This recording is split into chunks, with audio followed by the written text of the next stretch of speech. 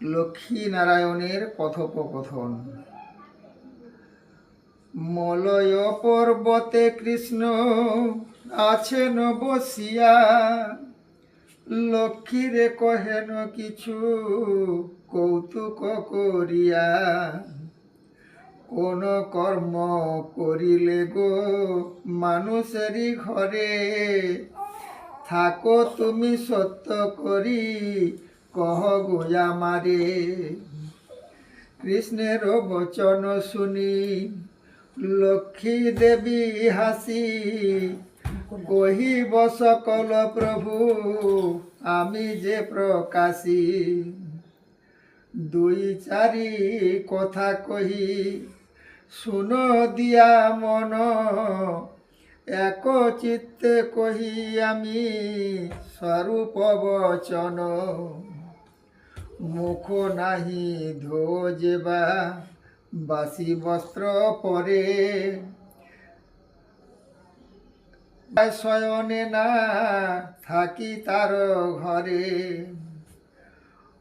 ভূমাসনে বসি যেবা করয়ে ভোজন, দ্বন্দ্বে কোনা থাকি আমি তাহার ভবন।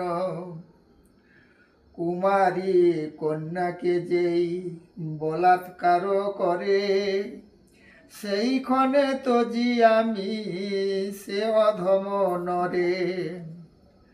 দক্ষিণ পশ্চিম মুখে দন্ত ঘষে যেই, তার গৃহ তজি প্রভু কহিলাম এই।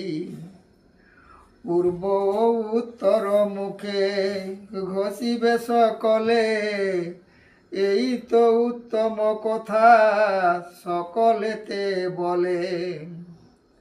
সন্ধ্যাকালে করে যেই কেশের সংস্কার, তার গৃহে নাহি থাকি কহিলাম সার। ভোজন করিয়া মুখ শুদ্ধি নাহি করে, স্নান করি তৈল মাখে না থাকি তার ঘরে। অন্ধকার ঘরে যেবা করয়ে ভোজন, নখে ক্ষিতি লিখি পরে মলিন বসন।